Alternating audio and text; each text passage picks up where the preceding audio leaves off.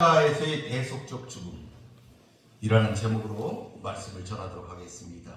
오늘 말씀은 예수님의 십자가에서의 대속적 죽음, 그리고 그 이루어진 과정에서 일어난 초자연적인 현상, 그리고 예수님의 운명을 목격한 백부장의 신앙 고백, 이렇게 크게 세 파트로 나뉘어져 있습니다.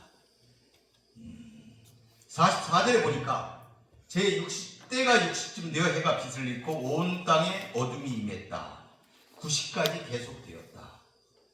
45절에 보니까 성수의 휘장이 한가운데가 찢어졌다. 이렇게 기록이 되어 있습니다. 본전에 나타난 이 초자연적인 현상, 온 땅이 어두워진 것, 성전 휘장이 찢어진 것, 이런 초자연 현상이 지금 기록이 되어 있습니다. 이러한 초자연적인 현상은 예수님의 죽음에 대한 전 피조 세계의 슬픔과 예수님의 대속적 죽음으로 인류가 얻게 된 특권을 지금 간단하게 보여주고 있는 말씀입니다.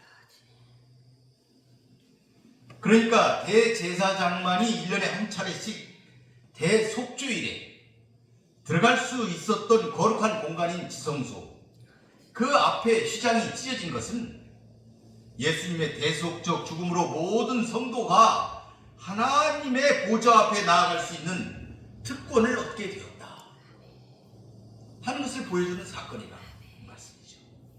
그리고 제6시, 그러니까 지금의 시계로 보면은 정오를 나타냅니다.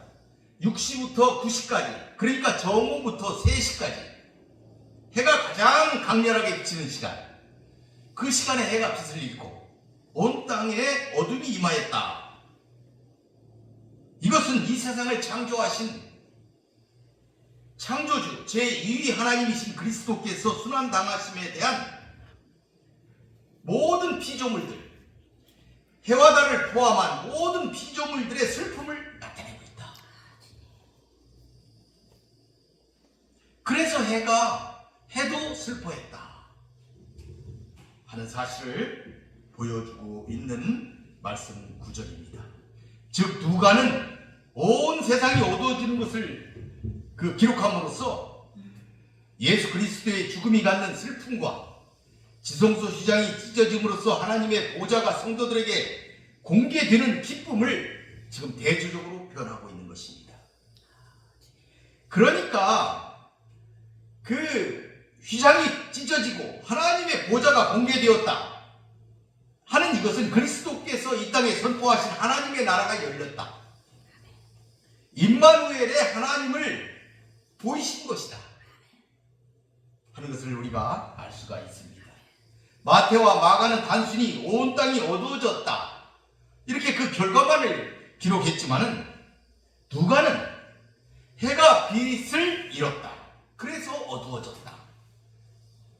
그러니까 세상이 어두워진 것은 해가 빛을 잃었기 때문이다, 이렇게 그 원인까지 누가는 제시해주고 있습니다. 이러한 어두움은 일식 현상에 의해서도 나타날 수가 있고, 두터운 구름층이나 사막의 모래바람 등의 영향으로 햇빛이 일시적으로 차단되어 일어나는 현상으로도 볼 수가 있습니다. 그 원인이 무엇이든지 간에 이는 메시아를 저버린 인간에 대한 하나님의 심판과 진노의 표시라는 것입니다. 그리고 인류를 위한 희생 제물로서 예수에 대한 하나님의 저버림의 표시, 그 표시로서 하나님의 직접적 간섭에 의하여 이루어진 일임을 부인할 수 없는 사실인 것입니다. 예수님께서는 마태복음 27장에 보니까 엘리 엘리 라마 사막다니 이렇게 십자가상에서 외치셨습니다. 이게 무슨 말이에요? 나의 하나님 나의 하나님 어찌하여 나를 버리셨나이까. 하나님이 예수님을 버리셨다. 모든 인류 백성들을 위해서 자신의 아들을 버리셨다, 십자가에 달으셨다 하는 것을 지금 말씀해주고 있는 것입니다. 하나님의 직접적인 간섭에 의해서 이루어진 일들이다. 해가 빛을 잃은 것, 지성소의 휘장이 갈라진 것, 하나님의 간섭에 의해서 이루어진 일이죠. 사실 예수님이 십자가 처형을 당하셨던 6월절, 그때는 만월이 가까워왔던 시기이기 때문에 일식이 일어나기 어렵다, 이렇게 다들 말하고 있습니다. 일식이 일어나기 어렵기 때문에 해가 빛을 잃었다, 그런 표현 대신에 해가 어두워졌다, 이렇게 후대 사람들은 많이 표현을 하고 있지만, 어쨌든 하나님의 간섭에 의해서 이 일이 이루어졌다 하는 것을 우리들이 알아야 되겠습니다. 여러분, 성소의 휘장이 지성소와 성소 사이에 휘장이 있어요. 거기에는 대제사장만 1년에 한 차례 대속죄일에 들어갈 수가 있는 것이죠. 그래서 히브리에서는 이 휘장을 둘째 휘장이다, 둘째 휘장이다, 이렇게 표현하고 있습니다. 그러니까 성소에 들어갈 때 휘장이 하나 있고, 그 성소에 들어갔는데 거기서 다시 지성소를 들어가려면 다시 지성소 앞에 휘장이 있는 것이죠. 그 휘장이, 그 둘째 휘장이 예수님의 죽음으로 말미암아 완전히 두 조각으로 갈라졌다 하는 것이죠. 즉 그리스도의 죽으심으로 이러한 휘장이 찢어졌다는 것은 그동안 막혀 있었던 하나님께로 가는 길, 그 길이 모든 사람에게 열려졌다 하는 것을 보여주는 매우 의미 깊은 사건이다.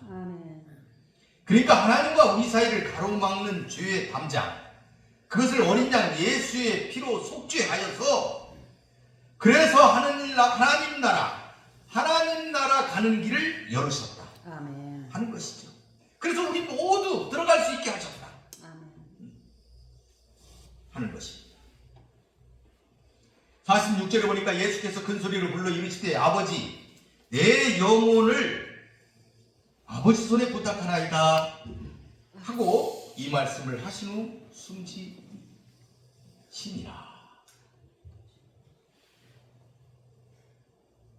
아버지, 내 영혼을 아버지 손에 부탁하나이다. 이 말씀은 예수님의 가상칠언 중 마지막 말씀입니다. 마태와 마가는 단지 예수께서 큰 소리를 지르셨다 이렇게 기록하고 무슨 소리를 지르셨는지에 대해서는 잘 기록을 하지 않았는데, 그런데 누가는 마태와 마가와 달리 예수님께서 지르신 그 소리의 구체적 내용, 그것이 곧 이 말씀이다. 아버지, 내 영혼을 아버지 손에 부탁하나이다, 이 말씀이다, 이렇게 기록했던 것이죠. 그러니까 누가가 이 사건을 구체적으로 기록하려는 역사가로서의 면모를 잘 보여주고 있다, 이렇게 할 수가 있습니다. 사실 아버지, 내 영혼을 아버지 손에 부탁하나이다, 이런 표현은 기도문이에요. 죽음을 앞둔 유대인들이 드리던 기도문이에요. 그래서 초대교회까지 면면이 이어져 내려왔습니다. 그래서 임종시에 드리던 기도였어요. 임종할 때 모든 유대인들이 이렇게 기도를 했어요. 아버지, 내 영혼을 아버지 손에 부탁하나이다. 그런데 그 말씀을 예수님은, 그 말씀이 성경에 기록이 되어 있어요. 그래서 그 말씀이 시편 31편에 기록이 되어 있어요. 내가 나의 영을 주의 손에 부탁하나이다, 이렇게 되어 있어요. 그런데 그 말씀을, 그 성경 말씀을 예수님은 자신의 지상에서의 그 사역을 마치고 하나님을 향한 절대적 신앙을 보여주면서, 그 소리를 부르짖으면서 보여주고, 그 신앙을 하나님께 보여주고 말씀하셨던 것이에요. 그런 면으로 말씀하셨어요. 그러니까 모든 기력을 잃고 숨을 거두기 전에 마지막으로 혼신을 다하여 큰 소리로 성경 말씀에 나온 기도문의 절규로 마지막을 장식하신 그 예수님의 모습은 오늘 산 우리 모든 성도들에게 많은 모범이 되어오고 있어요. 하나님을 향한 절대적인 신뢰와 신앙, 그것을 우리들에게 보여주고 있는 것이죠. 예수님이 이렇게 운명하셨습니다. 예수님은 어쩔 수 없이 죽음을 맞이하신 것이 아니라 자신의 자유로운 의지, 그 의지에 따라 죽음을 두려워하지 않고 자신의 생명을 기꺼이 포기하시는 것입니다. 자신을 금없는 제물로 하나님께 드림으로써 인류 구원을 위한 대업을 완전히 이루셨던 것입니다. 하나님 나라의 길을 활짝 열으신 것입니다. 47절에 보니까 백부장이 그 덧일을 보고 하나님께 영광을 돌려 이르되 이 사람은 정령 의인이었도다. 이 백부장은 예수님의 십자가 처형을 집행하던 사람이었어요. 전승에 의하면 그의 이름은 페트로니우스인데 그는 가장 가까운 곳에서 예수님의 십자가 처형 과정을 지켜보면서 예수님이 죄 없이 십자가에서 돌아가시게 된 것을 확실히 알게 되었고 그는 그 후로 신앙을 가져 복음을 전하다가 갑바도기아에서 지금의 트르기에 북쪽에 있는 갑바도기아에서 순교를 한 인물이다. 이렇게 전승에 전해져 내려오고 있습니다. 이 백부장이 유심하게 된 결정적 원인은 바로 47절에 보니까 그 뒷일을 보고 백부장이 그 뒷일을 보고 그것 때문에 그가 회심을 하게 됐어요. 그러니까 예수님께서 십자가에 못 박히셨을 때 일어난 초자연적인 기적, 해가 빛을 잃어 온 세상이 어두워진 것, 그리고 인간으로서 참을 수 없는 고통을 끝까지 참으시면서 절제된 말로 하나님께 드린 예수님의 기도, 그것을 보고 그가 감복에서 바꾸어졌다. 여기에 새로 하나의 기적, 성수의 휘장이 찢어진 기적은 사형이 집행되던 현장인 골고다에서는 볼 수 없는 그런 것이었기 때문에 백부장의 회심에는 어떠한 영향도 미치지 않았을 것이다 하는 것이 우리가 생각해 볼 수 있는 일입니다. 그는 휘장이 찢어지는 건 보지 못했을 것입니다. 그러나 백부장이 회심했다는 확실한 증거는 그가 하나님께 영광을 돌렸다는 점입니다. 하나님을 알지도 못하던 로마 군대의 장교가 처형 현장에서 체험한 하나님의 임재 앞에서 그는 하나님께 대한 경외감을 가지게 되었고 영광을 돌리게 된 것입니다. 이러한 예수님의 죽음에 대하여 백부장이 돌린 영광은 본서에서 누가복음 앞에서 예수님이 탄생하실 때 천사의 방문과 목자들이 돌린 영광, 그것과 함께 합을 맞추고 있습니다.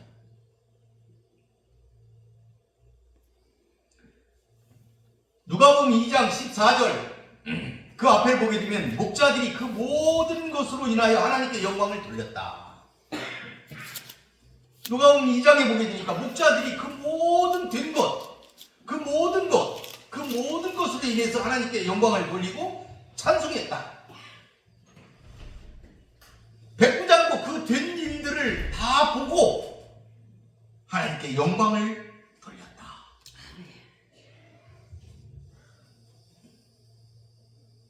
예수님의 출생과 죽음의 표현을 영광이라고 표현한 것입니다.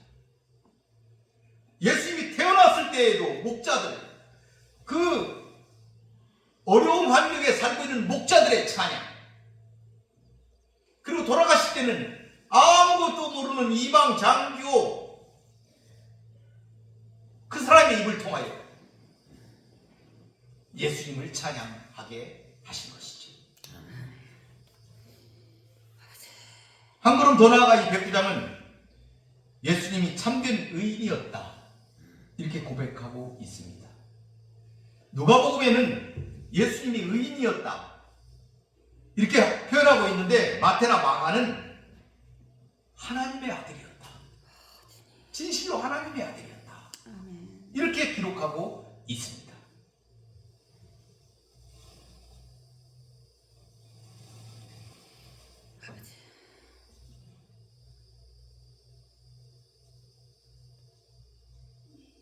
이 의인이라는 표현은 그러니까 하나님의 아들이라는 표현입니다.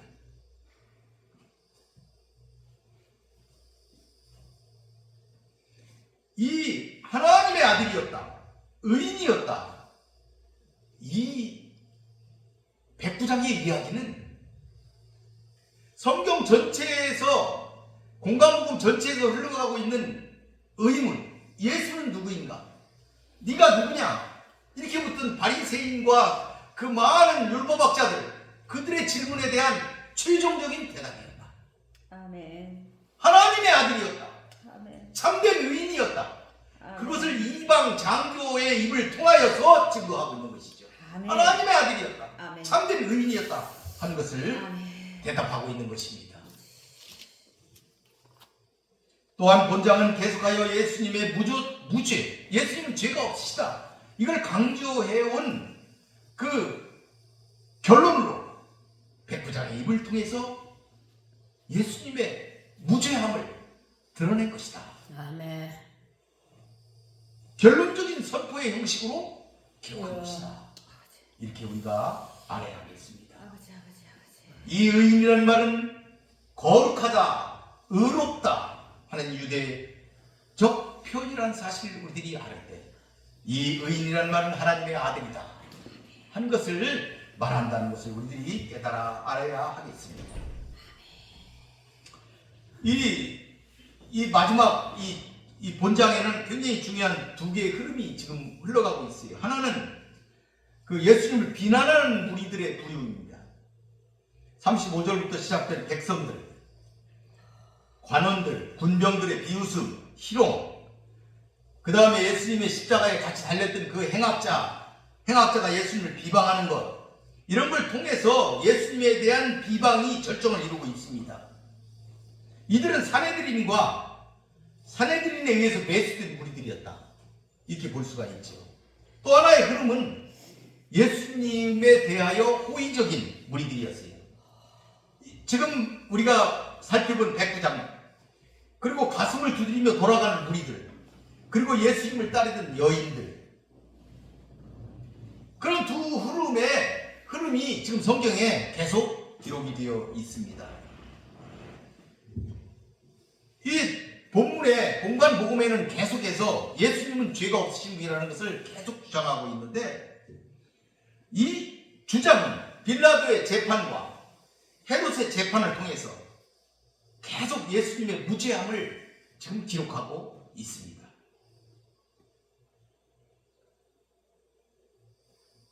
그리고 그들을 통해서 예수님이 죄가 없다 하는 것을 기록으로 우리들에게 나타내 보여주고 있습니다.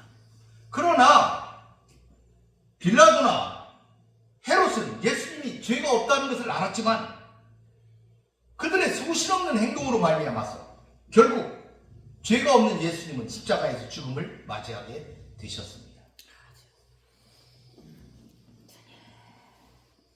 그리고 그 와중에 본절부터 시작되는 백부장과 무리들과 여자들을 통해서 예수님의 무죄함이 다시 한번 더 분명하게 고백되어지고 있는 것입니다. 예수님은 죄가 없는 의로운 분이셨던 것입니다. 그들이 말하고 있는 것입니다. 48절에 보니까 이를 구경하러 모인 무리도 그 된 일을 보고 다 가슴을 치며 돌아가고, 여기에 등장하는 이 무리들은 단순히 예수님의 사형 집행을 구경하기 위해서 모여든 무리이다, 이렇게 보기는 어렵습니다. 어쩌면 이들은 사내들인의 배후 조종을 받아서 예수님을 따라다니고 십자가에 처형하라고 외치던 무리들이었다, 이렇게 볼 수도 있습니다. 그런데 본절에서 이들의 태도가 바뀐 것을 우리가 볼 수가 있어요. 예수님을 가리키면서 십자가에 못 박을 것을 요구하던 그 손이 자신의 가슴을 치는 손으로 바뀌었다.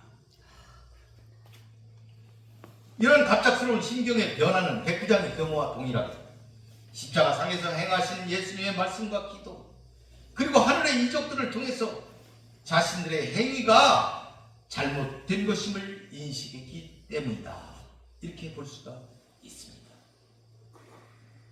그러나 많은 학자들은 무리들이 진심으로 회개했다고는 보지 않습니다. 단지 죄 없는 사람의 무모한 죽음에 대해 비애의 표현으로 가슴을 쳤을 것이다, 이렇게 보는 것이 타당할 것입니다. 예수님에 대해 잘 알지 못한 채 사내들인의 음모에 놀아난 자신들의 모습을 후회하면서 자신들의 실수로 희생양이 된 예수님의 죽음을 슬퍼하는 모습으로 우리가 이해하면 될 것이다. 하는 것이죠. 그러니까 죄인들이 회개하는 것은 하나님의 은혜가 없으면 힘듭니다. 죄인들은 후회는 하지만 회개는 하지 않는다는 것이죠. 가룟 유다 같은 경우가 그런 경우죠. 가룟 유다는 예수님, 자기의 스승인 예수님을 팔았는데 후회하고 자살했지만 회개하지 못했어요. 회개에 이르게 하는 것은 하나님의 은혜다 하는 것을 우리가 알아야 됩니다. 그래서 우리는 늘 후회에서 멈추지 말고 회개까지 이어지는 그러한 신앙생활을 하시기를 바라겠습니다. 아멘. 49절에 보니까 예수를 아는 자들과 갈릴리로부터 따라온 여자들도 다 멀리서 이 일을 보았다. 지금 여기에 등장하는 자들은 예수님을 지지하는 자들입니다. 위에서 가슴을 치던 자들은 예수님을 핍박했던 자들이고, 지금 나오는 이 갈릴리로부터 따라온 자들, 예수님을 아는 사람들, 예수님을 지지했던 자들이다. 이들은 무릿속에 숨어있던 그런 사람들이었어요. 무릿속에 숨어 있었어요. 이들은 과거부터 예수님을 알던 자 또는 갈릴리로부터 예수님을 따르던 여자들이었어요. 제자들은 예수님을 버리고 뿔뿔이 흩어졌지만 이들은 십자가의 처형 자리까지 따라와서 멀리서 예수님의 그 사형 장면을 끝까지 지켜보았던 것입니다. 여기 아는 자, 예수님을 아는 자들이 누구냐 그러면은 어쩌면 예수님의 남자 친척들일 수도 있어요. 예수님의 친구일 수도 있습니다. 그리고 여기 여자들은 누굽니까? 막달라 마리아와 작은 야고보와 요셉의 어머니 마리아, 살로메, 그들이었을 것입니다. 이들은 예수님과 함께 정죄받을 수 있는 위험 때문에 차마 예수님의 십자가 처형 현장 가까이는 그들은 갈 수는 없었습니다. 그래서 그들은 떨어져 있는 채에 그 장면을 보았던 것이죠. 여기서 우리는 놀라운 사실을 한 가지 발견하게 되는데, 백부장과 무리들이 변화의 체험을 하게 된 이유가 무엇인가? 그것은 바로 그들이 십자가의 처형 과정 중에서 일어났던 일들을 목격하였기 때문이다. 보았기 때문이다. 그들이 변하게 된 이유는 그것을 보았기 때문이다.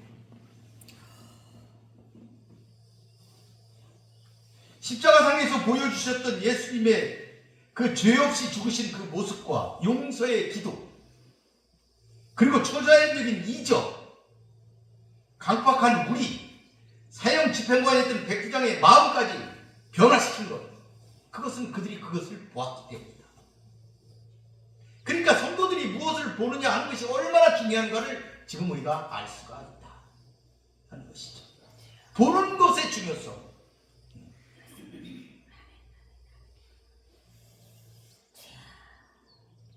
사람이 무엇을 보느냐에 따라서 자신의 삶이 달라질 수가 있다 하는 것입니다. 십자가에는 사람을 변화시키는 하나님의 능력이 있어요. 그걸 제대로 본다면 변화될 수밖에 없다 아멘. 하는 것을 본전이 지금 말해주고 있는 것입니다. 그러므로 2000년 전에 일어난 십자가 사건을 바로 보기만 한다면 당시 십자가를 체험한 사람들에게 일어난 변화가 오늘날 여러분에게도 일어날 수 있다 아멘. 하는 것입니다. 아멘. 따라서 성도들이 그리스도의 십자가로부터 오는 변화의 능력을 먼저 체험하기 위해서는 먼저 십자가를 직시하여야 합니다. 그리고 이 일에 대하여 믿지 않는 자들 앞에서 증인이 되어야 합니다. 우리는 바로 보는 눈, 하나님을 아는 눈을 가져야 하겠습니다. 이러한 눈들을 갖고 사시는 여러분들이 되시기를 바라겠습니다. 예수님은 성경을 공생의 기간 동안에 제자들에게 계속 말씀하신 것이 뭐냐면 눈을 떠라. 눈을 뜨라고 늘 말씀하셨어요. 너희들은 소경이다. 너희들은 소경이다. 영의 눈이 닫혔다. 이렇게 계속 말씀하셨어요. 우리는 이 말씀을 생각하면서 정말로 복음의 눈, 영적인 눈을 가지고 이 힘든 그리고 어려운 이 세상을 이기며 살아야 하겠습니다. 말씀을 정리해 보겠습니다. 아멘.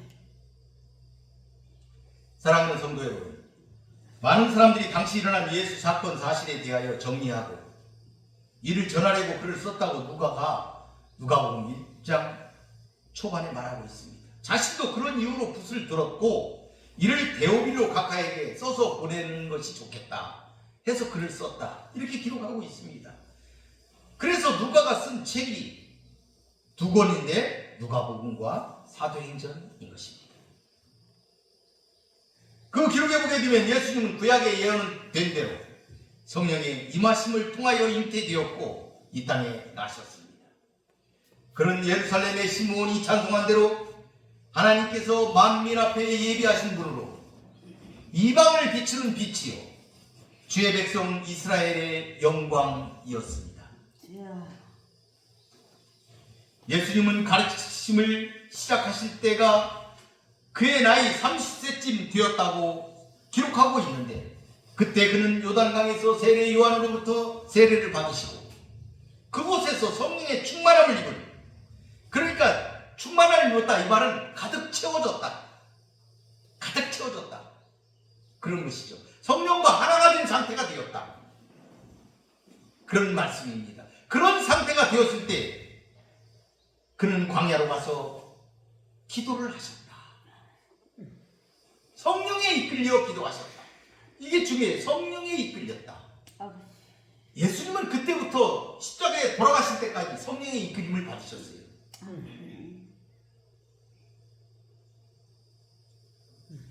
그 후에 사탄의 시험을 거치고 세상에 나오신 것입니다.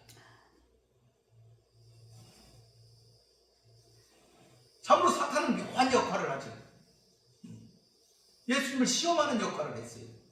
예수님 그 시험을 통과하신 다음에 세상에 나오셨습니다. 예수님은 이때부터 비로소 전파를 했는데 회개하라, 천국이 가까웠다, 이렇게 하시면서 하나님 나라를 선포하셨습니다. 온 갈릴리를 다니시며 그들의 회당에서 가르치시고 천국 복음을 전파하시고 백성들의 모든 병과 약한 것을 고치셨습니다. 이것이 바로 은혜의 신년의 선포였습니다. 예수님은 하나님 나라를 선포하셨는데, 하나님 나라가 가까웠다 이렇게 선포하셨는데, 하나님 나라가 가까웠기 때문에 예수님께서는 신년을 선포하셨다, 그런 말씀이 되겠습니다. 은혜의 해를 선포했다. 이제 은혜의 해가 도래했다.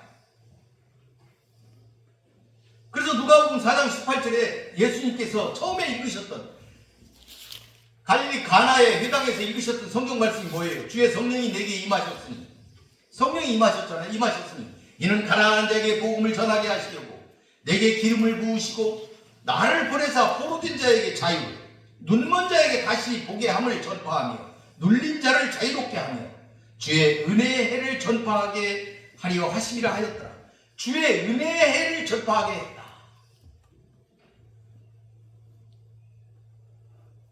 주의 은혜의 해라는 건 뭐예요? 신년이죠. 신년을 선포하신 것이에요. 모두 돌아가라.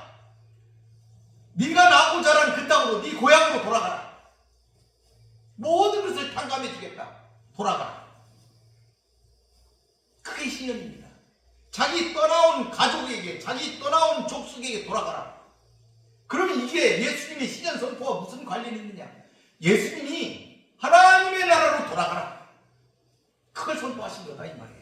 모든 백성들에게 하나님의 나라를 선포했고 신년을 선포하심으로써 모든 백성이 돌아갈 길을 열어주셨다. 돌아갈 길을 열어주신 거예요. 은혜의 조치였다. 예수님이 평생 하신 일이 그 일이시다. 하나님의 나라를 선포했는데 신년을 선포하시면서 돌아갈 수 있도록 하셨다.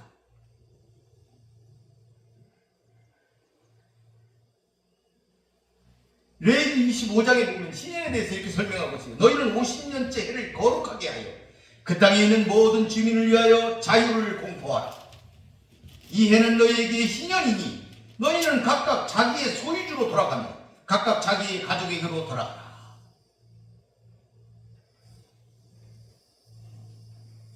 예수님이 이것을 선포하신 거예요. 하나님께 돌아가라. 회개하라. 하나님께 돌아가라. 이걸 선포하셨다 이 말씀이에요. 그것이 예수님의 사역이었다. 누가복음 4장 21절에 보니까 예수께서 이 글이 오늘 너희 귀에 응하였다 이렇게 말씀하셨어요. 이 말씀이, 이 신년의 이 말씀이 오늘날 너희 귀에 응하였다.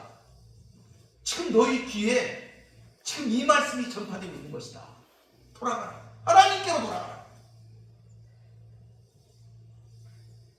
하나님 나라가 우리에게 열린 것입니다. 들어가도록 예수님이 지금 신년을 선포하고 전하신 것입니다. 그리고 그 일을 이루시기 위하여 십자가에서 죽으신 것입니다. 하나님 나라에 이르는 그 길을 막고 있던 죄악을 자신의 피로 씻음으로 길을 활짝 열어 제낀 것입니다. 그 신년을 선포하시고 그 신년의 그 뜻을 이루시기 위해서 제단에 제물이 되셔서 자기 피로 그걸 열어 제낀 것이다. 그 십자가의 죽음이시다 하는 것입니다. 하나님과 우리 사이에 가로막혀 있던 휘장을 찢어버리셨던 것이다. 그러니까 대속적 구원의 대업을 위한 마지막 퍼즐이 십자가였던 것입니다. 그러므로 우리는 우리를 대신하여 죽으신 주님의 죽으심을 영원히 기리고 찬송하며 살아야 하겠습니다. 아멘. 아울러 주님이 죽으시고 다시 부활하신 것처럼 우리 또한 죽을지라도 생명의 주 하나님과 묶여 있으므로 다시 살게 될 것을 확신하며 아멘. 사신 여러분이 되시기를 바라겠습니다. 아멘. 이러한 믿음 소유하시는 우리 모두 되시기를 바라겠습니다. 아멘. 말씀을 마치겠습니다. 기도하겠습니다.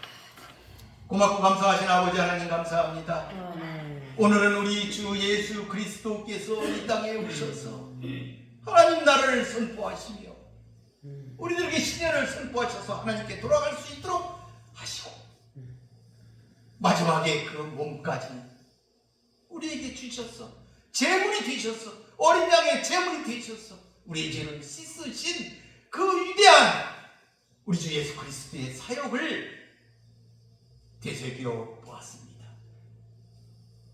이 예수 그리스도를 통하여 하나님께 나아가는 자녀가 되어 싸우니 하나님께 영광 돌리며